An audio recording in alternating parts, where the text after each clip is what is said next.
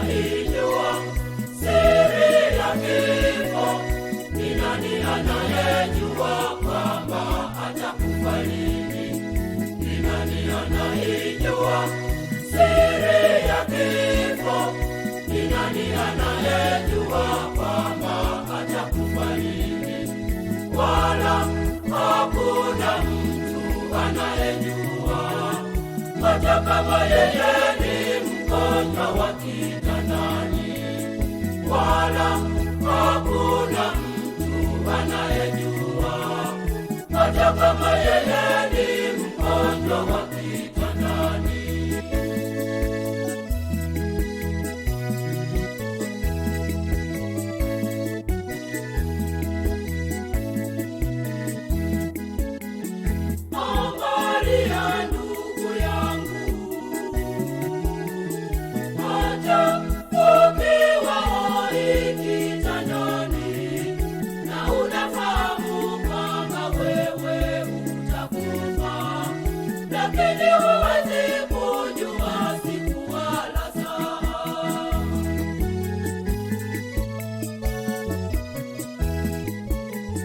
Ni anaijua siri ya kifo?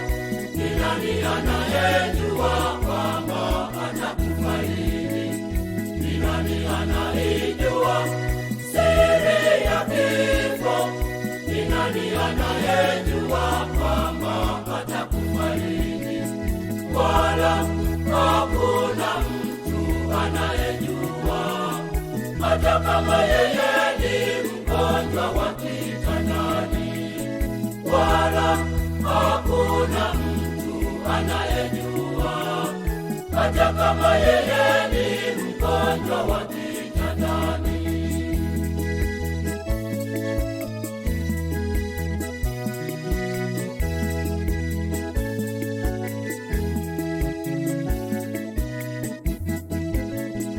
Hata kama wewe ni daktari, hata kama wewe ni profesa, watu wakikujua utakufa, lakini huwezi kujua siku wala saa.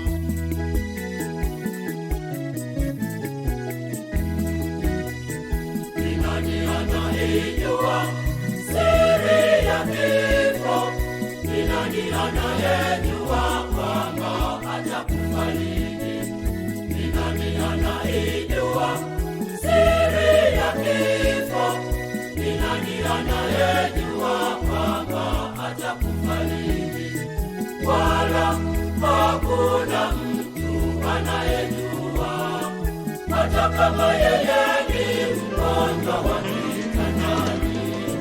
Wala hakuna mtu anayejua, hata kama yeye. Madhumuni ya kuandaa makala hii.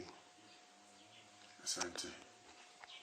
Ndugu mtazamaji wa makala hii, mimi Constantino Francis Mkude nipo hapa ili kutoa historia fupi ya maisha yangu na marehemu mke wangu Fulgensia Emmanuel Ndoli.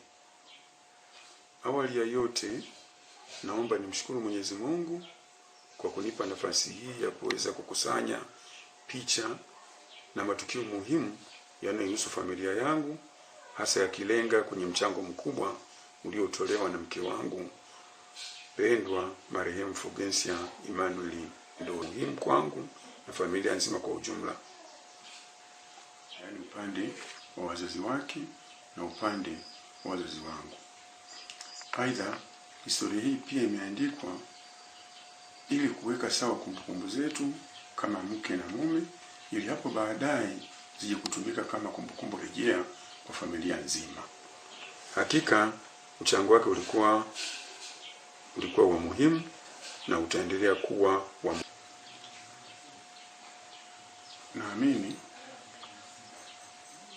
hii itakuwa ni hazina kubwa kwa watoto wetu na vizazi vyao vijavyo. Hapa ndipo mahali wanapoweza kuchota elimu na maarifa mengi ambayo hawawezi kuyapata kwenye chuo kikuu chochote.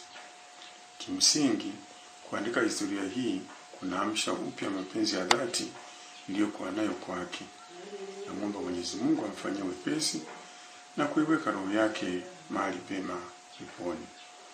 Mke wangu Fulgensia alikuwa mama jasiri, mwenye uthubutu, mama aliyeweka mbele maslahi ya watu wengine kuliko ya kwake yeye, mama aliyezingatia miiko na maadili ya mwanamke wa Kiafrika na aliyependa kujifunza kutoka kwa watu wengine. Mzee Mkude, unaweza kutuambia mkeo alizaliwa lini na kiwango chake cha elimu kikoje? Ya mke wangu Fulgensia Emmanuel Mdoli, akiwa ni mtoto wa kwanza kati ya watoto 7 wa familia ya mzee Emmanuel Mdoli na mama Anchila Chando, alizaliwa katika kijiji cha Isunura kilichopo wilayani Mbarali mkoani Mbeya tarehe 27 Disemba mwaka 1958. Tarehe 25 Januari mwaka 1959 alipata sakramenti ya ubatizo kwenye kanisa Katoliki Ujewe na kupewa shahada yenye namba LB 5990. Tarehe 29 Disemba 74 alipata sakramenti ya kipaimara na komunyo ya kwanza kwenye kanisa hilo hilo la Ujewe wa Mbarali Mbeya na kupewa shahada yenye namba LC 3860. Mwaka 1968 mpaka 1971 alipata elimu ya msingi kuanzia darasa la kwanza mpaka la 4 kwenye shule ya msingi Nsonyanga iliyopo Mbeya vijijini. Kwa mfumo wa elimu uliokuwepo wakati huo, darasa la 4 ndio ulikuwa mwisho wa elimu ya msingi. Baada ya hapo wanafunzi ilibidi wafanye mtihani na wale watakaofaulu ndio waliokuwa wanakwenda darasa la 5 katika shule za kati. Yeye alifaulu na kwenda kujiunga darasa la 5 kwenye shule ya kati iliyokuwa inaitwa Isunura iliyopo Mbarali Mbeya. Baada ya kuhitimu darasa la 7, yani mwaka 1974, hakubahatika kuchaguliwa kujiunga na elimu ya sekondari, hivyo alirudi kijijini kwao Mswiswi na kujiunga na wazazi wake katika shughuli za kilimo. Mke wako Fulgensia sasa amefariki na kutangulia mbele ya haki. Unakumbuka alikuwa na sifa gani za kuwa mke wako? Mke wangu Fulgensia Emmanuel Mdoli, ukiondoa mapungufu ya kibinadamu ambayo kila mmoja wetu anayo, alikuwa mnyenyekevu kwa Mungu, kwa familia yake na jamii nzima kwa ujumla. Kwa yeye kuwa mnyenyekevu haimaanishi kuwa alikuwa mjinga au mnyonge.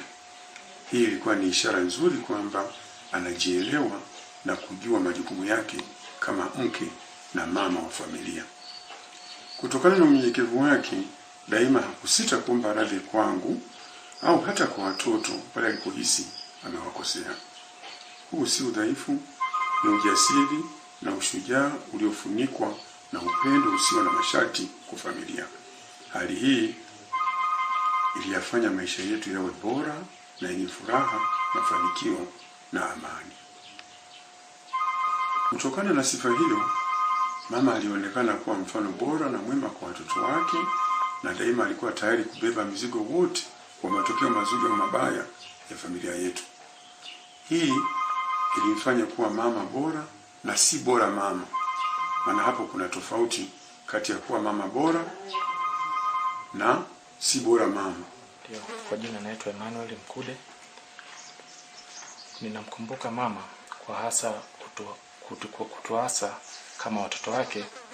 Kwanza alitupenda sana kama watoto kwa pamoja na alitufundisha kutotengana, kwa sababu yeye alitupenda wote kwa pamoja. Alitukanya kwa mambo ambayo anatukanya ili tuweze kumsikia kama mama, na alitulea kwa upendo sana, kwa kutujali na kwa kutufundisha mambo ambayo tulikuwa tunapaswa kushika, hasa kwenye upande wa dini. Alitufundisha tuweze kupenda dini, tuweze kumjua Mungu, tuweze kumtumikia. Kwa hiyo tunamkumbuka kweli mama kwa mambo mengi ambayo ameweza kutukanya, kutuasa na kutufundisha kama watoto. Lakini kubwa sana ni upendo na kutotengana kama watoto, kuishi kwa pamoja kama watoto, kuweza kusaidiana kama familia. Kwa jina naitwa Moses John Tension, ni kati ya wajukuu aliotuacha bibi. Kiukweli bibi alikuwa ni mtu mzuri, tumeishi naye vizuri. Alikuwa hana shida, alikuwa anatuunganisha vizuri.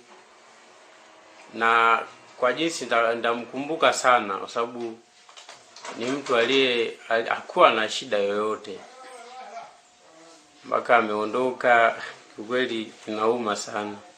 Ila hatuna jinsi, ya msingi ni kumwombea Mungu apumzishe salama. Sisi wote ni wapitaji tu, tutaenda kuonana naye mbele ya safari. Mke wangu na mama yetu alikuwa mpole na mtetezi wa familia nzima. Daima alisimama imara na kuhakikisha kwamba familia inapata chakula, nguo, huduma za kitabibu, elimu na furaha ya familia. Alikuwa mcha Mungu na mwalimu aliyekuwa anafundisha, anakemea na kuonya. Daima aliomba watoto wake wawe na upendo na unyenyekevu wa dhati. Kwa sifa hizi, mke wangu na mama yetu ndio alikuwa kila kitu kwetu. Kutokuwepo kwake kunatufanya tupite kwenye wakati mgumu sana na kuhuzunika. Unakumbuka ndoa yenu mlifunga lini na mjaliwa kupata watoto wangapi na mkeo? Ndoa yetu, safari yetu ya ndoa ilianza rasmi Agosti mwaka 1977. Wakati huo nikiwa naishi Mtoni kwa Azizi Ali, wilaya Temeke, jijini Dar es Salaam. Kipindi hicho ndio kwanza nilikuwa nimeanza kazi kwenye shirika la posta na simu Afrika Mashariki, kituo changu cha kazi kikiwa Posta Kuu Dar es Salaam. Naomba kwanza nikiri kwamba kabla hatujaoana sikuwa namfahamu sana Fulgensia, zaidi ya kumtambua kwamba ni binti anayetoka kijiji cha Mswiswi huko mkoani Mbeya. Mipango yote ya kutuwezesha kuishi kama mke na mme ilifanywa na wazazi wangu wakishirikiana na kaka yangu Mzee John Francis. Kwa hali hiyo, endapo kungejitokeza mapungufu yoyote, sifa na lawama zingewaendea wao. Hata hivyo, japo wazazi wangu walishafariki, naomba nikiri kwamba chaguo lao lilikuwa sahihi, maana walinipatia mke bora na kujipatia kuridhishwa na mwenendo wa mke wangu. Tarehe 27 mwezi wa 10 mwaka 1984 tulibariki ndoa yetu kwenye kanisa Katoliki huko Mbeya na kutoa shahada yenye namba 0539697. Kwa niaba ya Askofu James Sangu, Padre David Miso ndiye aliyetupatia sakramenti hiyo ya ndoa. Tunamshukuru Mungu kwa kuweza kutufikisha katika hatua hiyo.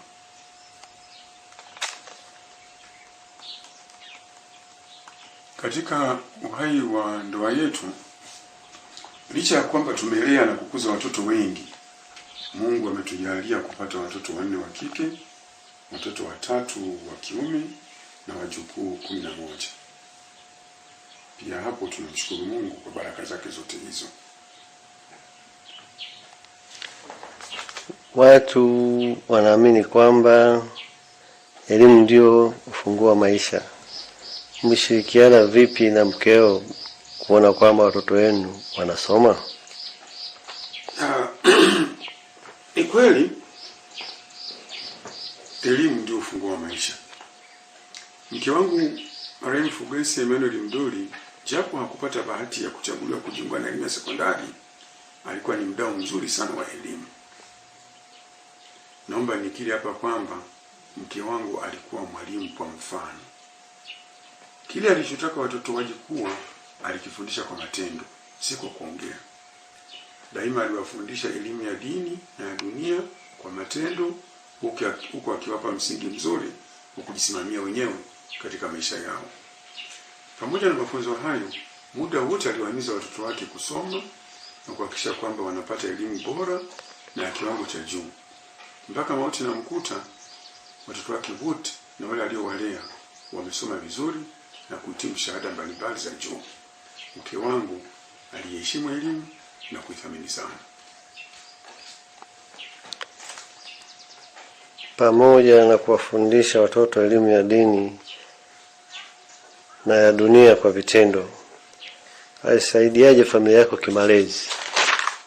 Wakati wa uhai wake, daima mke wangu alijiongeza na kutafuta mbinu mbalimbali za kumwezesha kutunza vizuri familia yake na kuilea vizuri. Aliweza kutengeneza mazingira mazuri ya malezi kiasi cha kutufanya tuonekane kama role models mbele ya watoto wetu. Hivyo watoto walijikuta wanaiga kila tulichokifanya kupitia maisha yetu. Daima alijitahidi kuwa mfano bora na mwema kwa familia. Katika malezi ya wanae, daima alisisitiza umuhimu wa kuwepo upendo, amani, ushirikiano na uvumilivu miongoni mwao. Alisisitiza umuhimu wa kukiri makosa na kuomba radhi kila watakapoona wamemkosea mtu na kujifunza kusamehe. Alisisitiza wawe wachapakazi na waache ubinafsi. Daima alisisitiza umuhimu wa kuwepo amani katika familia, mkubwa amtambue mdogo na mdogo naye amtambue mkubwa na kuheshimiana. Hakika Mungu alimtunuku mke mwema na bora. Mnasema nini sasa kuhusu mahusiano?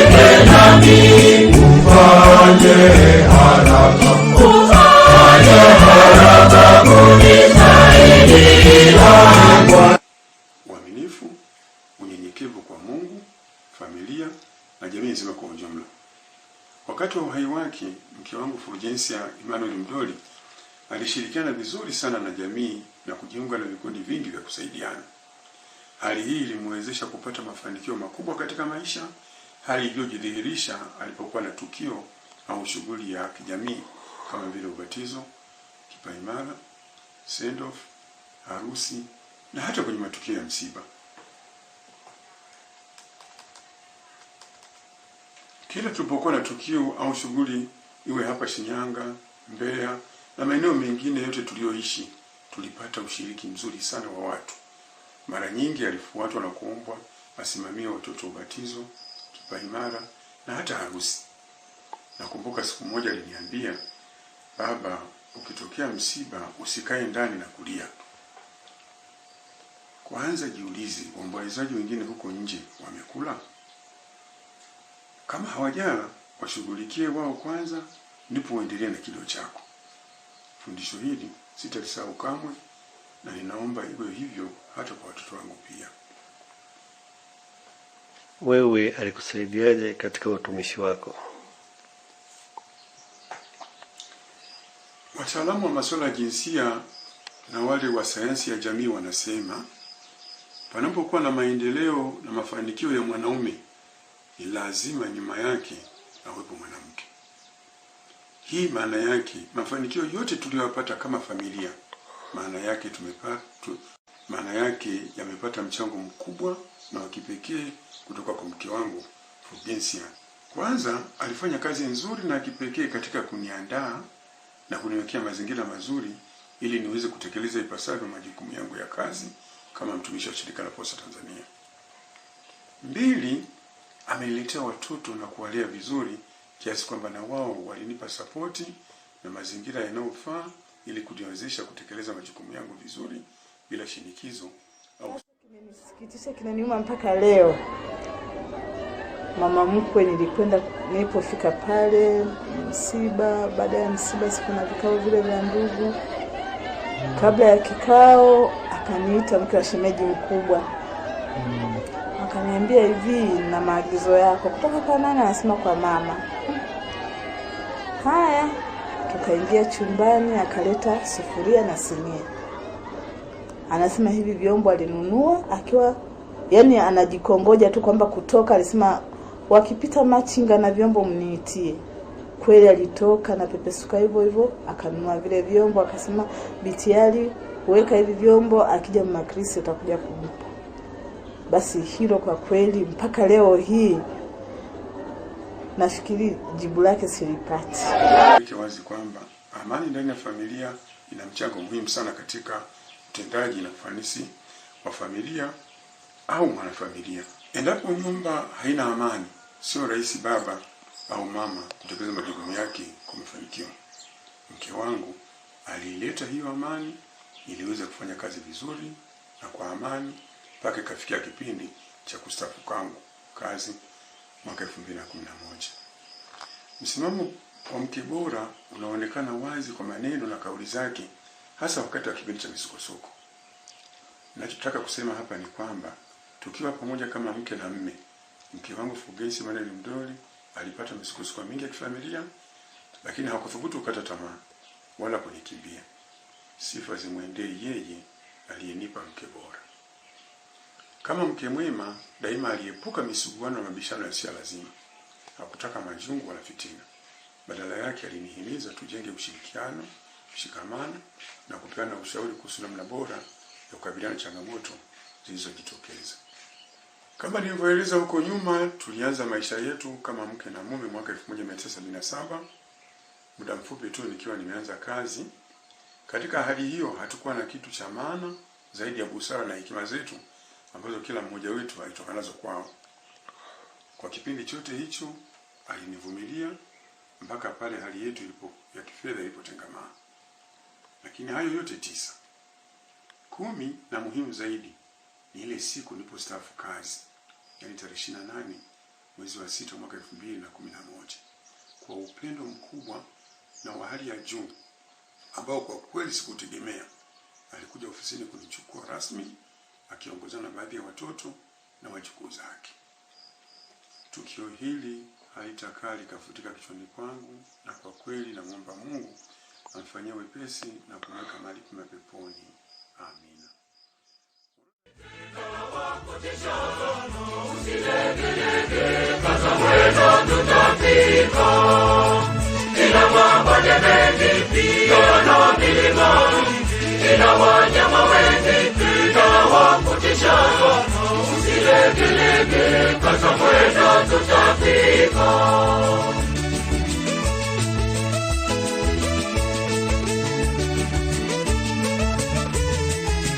Ninakuomba tufike salama, kwa maana safari yetu ina vikwazo vingi.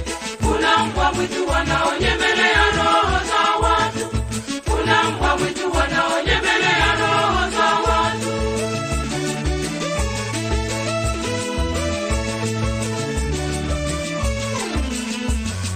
Ndugu yangu kaza mwendo, safari bado ni ndefu.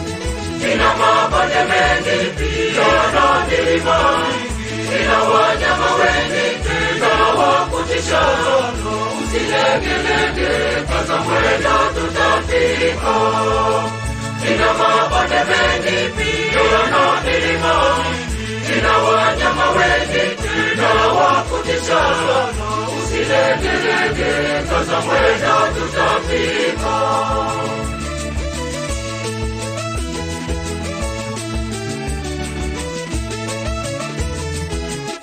Imani yako usiumbe yumbe, tena usikate tamaa kumwabudu Muumba wako. Parapanda itakapolia ikukute utayari, parapanda itakapolia ikukute utayari.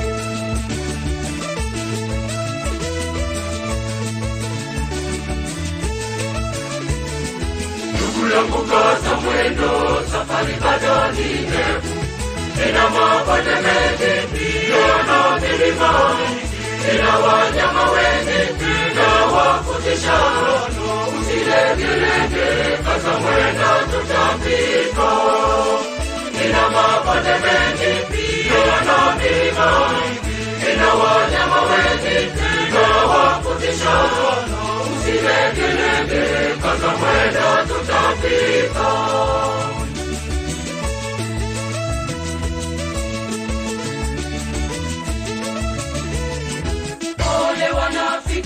Na wagombanishi, kwa sababu hukumu yaja kwa wasiopenda amani. Watakujalia na kusaga meno siku ya hukumu, watakujalia na kusaga meno siku ya hukumu.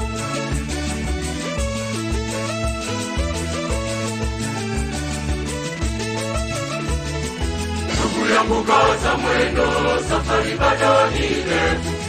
Ina mabonde mengi pia na milima, ina wanyama wengi usilegilege, kaza mwendo tutafika.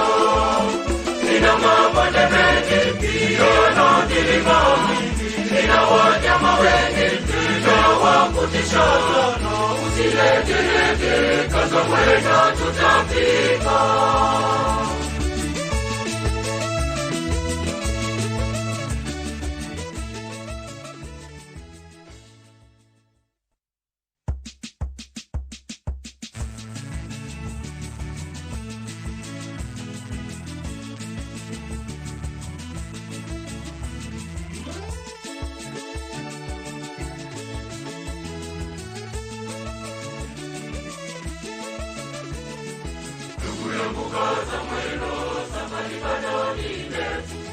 Ina mabonde mengi pia na milima mingi, ina wanyama wengi tena wa kutisha sana. Usilegilege, kaza mwendo tutafika. Ina mabonde mengi pia na milima mingi, ina wanyama wengi tena wa kutisha sana. Usilegilege, kaza mwendo. Mchango mkubwa sana kiasi cha kuweza kunifikisha hapa nilipofika. Amani iliyojengwa na mama huyu ninaamini kabisa ni msingi imara utakaoniwezesha kuanza maisha mapya, nikiamini kabisa na mshauri makini. Na pili, alishauri tuwe na chombo cha usafiri. Nilikubaliana na wazo lake na kuanza kulitekeleza kwa awamu.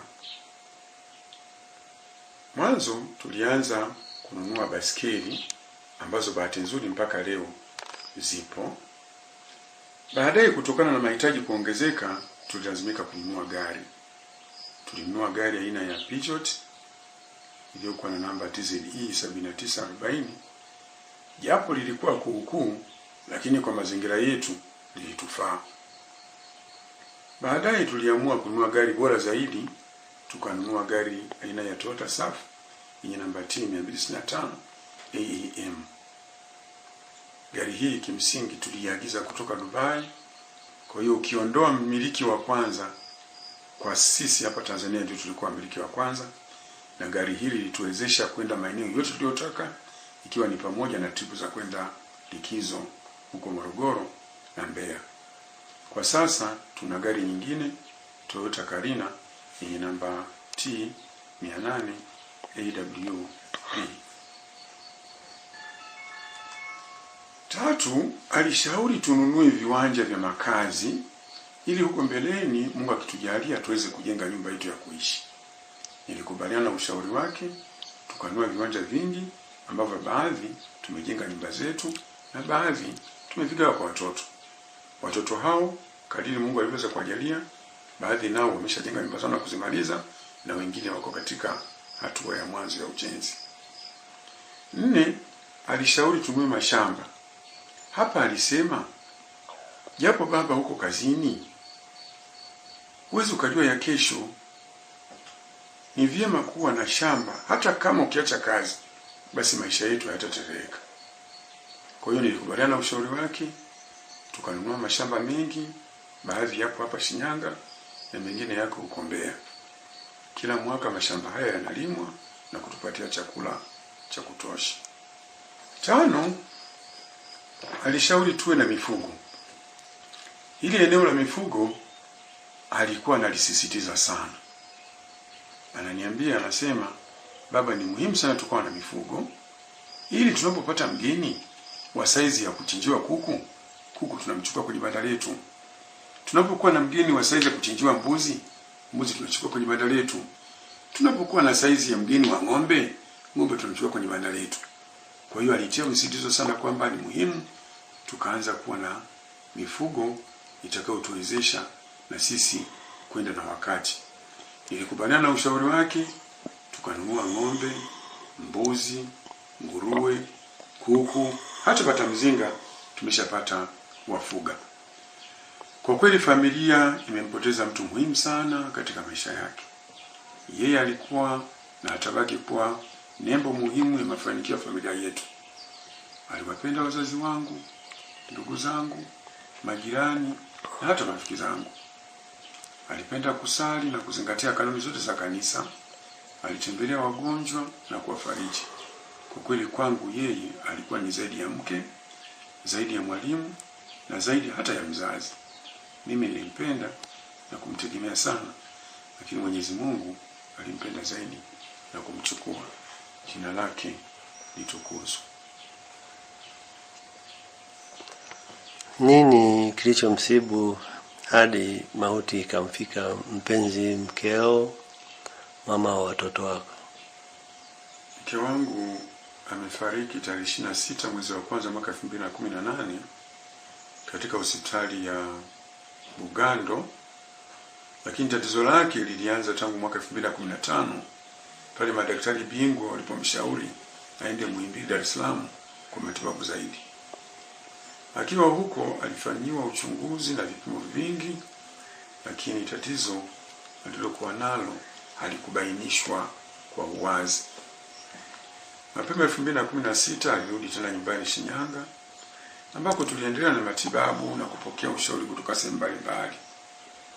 Februari 2017 tulimhamishia Mwanza, ambako tuliamini atapata huduma. Tarehe 26 mwezi wa kwanza mwaka 2018 akiwa anapata matibabu kwenye hospitali ya Bugando huko Mwanza. Mia sana, hata sisi pia tulikuwa tunaumia, alikuwa halali. Na sisi pia tulikuwa tulali. Akilia anasema watoto wangu naumia sana. Hatimaye ameugua kipindi cha muda mrefu, na shida yake ilikuwa sana ni damu ndio ilikuwa inamwishia. Imefika tarehe 26 mwezi wa kwanza tulienda hospitali. Aliniambia kwamba Majuni anaomba twende hospitali niende nikatibiwa, hali sio nzuri, mwambie baba twende hospitali. Tukawa tumeenda. Tumefika kule wakatuambia mgonjwa hana damu. Tukaanza kuhangaika, madaktari walihangaika sana na kutafuta damu ikawa tunatafuta hiyo damu. Hatimaye ilipofika muda wa saa 7 kasoro hivyo mauti ukawa umemkuta. Ambacho naweza kuongea kinachoniumiza moyoni sana hadi hapa nilipo, yani najitahidi kupatengeneza pale kama alivyokuwa alikuwepo mama, lakini nashindwa. Mama ametuachia pengo kubwa sana. Yani kama vile nguzo iliyoshikilia nyumba ikidondoka, ile nguzo kubwa huaga ukuta lazima udondoke siku yote ile. Mama ameniachia machungu sana. Nimeumia sana. Mama alikuwa anapenda kunitambulisha kwa kila mtu anijue. Mama alikuwa mnyenyekevu. Alikuwa mtu wa watu. Alikuwa hana roho mbaya. Yani hiyo naongea kutoka moyoni, kwamba mama alikuwa ni mnyenyekevu sana. Na alikuwa akipenda kila mtu awe na maendeleo mazuri. Hata kama ungekuja kwake, utafika kama unakuja kwako. Alikuwa hana ubaguzi. Saizi tunajiuliza tukiondoka kwenda majumbani kwetu, tukija kwetu nani atakaye tupokea? Tukifika hapa tujipokee sisi wenyewe, tujihudumie sisi wenyewe. Lakini tukifika tukimkuta mama, tunakuta chakula kipo, maji ya kuoga ya moto tunayakuta, chakula na kuandalia. Yani unafika unasema kabisa kwamba nimekuja kwa mama. Kwa jina naitwa Sebastian Christian Mkude. Nakumbuka bibi kwa ananiandalia vizuri toka shuleni. Ananiamsha nenda shuleni. Nikirudi nakuta chakula chaniandalia. Kwa ninunulia uniform. Yamekoma, maana sasa iko kwenye mikono salama ya Mungu wetu ambaye kama tunavyoamini. Kwa hivyo basi sisi tuliobaki ni wajibu wetu kuendeleza ule upendo wa kushikamana. Tunaye bado baba yupo, tumwangalie baba kwa karibu. kila mmoja achukue muda wake, achukue nafasi yake kujua baba anaendeleaje, anaishije, lakini pia kuangaliana sisi wenyewe, mkubwa kujua wadogo zako wana hali gani, lakini mdogo pia kujua kaka na dada zako wakubwa wanaendeleaje. Lakini pia kuna watoto wajukuu na watoto wa ndugu zetu ambao mama alikuwa anawalea, na wengine hata sio ndugu zetu, majirani, lakini mama alikuwa akiwalea. Kwa ni nafasi yetu, kama ambavyo mama alikuwa akibarikiwa kwa kulea watoto wa watu wengine, nasi tuichukue hiyo kitu, tuendelee kulea hao watoto ili na wao wasijisikie upweke kwamba yule aliyekuwa anawalea sasa hayupo, watateseka.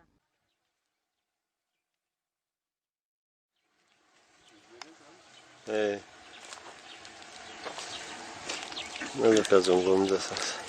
Hii ni moja kati ya mashamba au bustani ambayo tulinunua kwa pamoja, na mwenzangu kimsingi ndio alikuwa anasimamia sana shughuli za shamba. Alikuwa analima mboga mboga kama unavyoona hapa, tumeisia mchicha sehemu mbalimbali.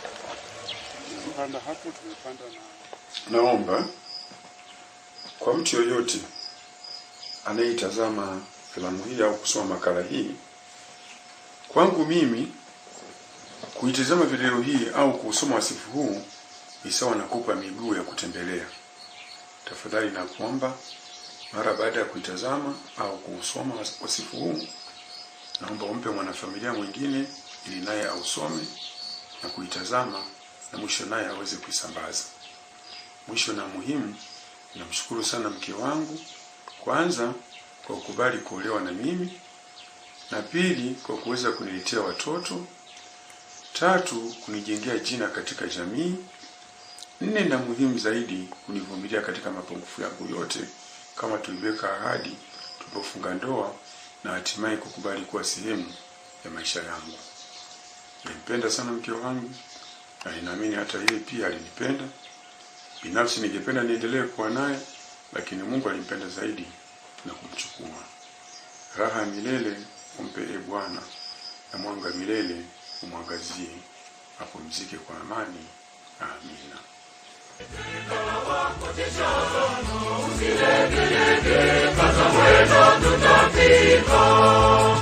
Ila mabonde mengi pia na milima, ila wanyama wengi pia wakutisha. Usilegelege, kaza mwendo tutafika.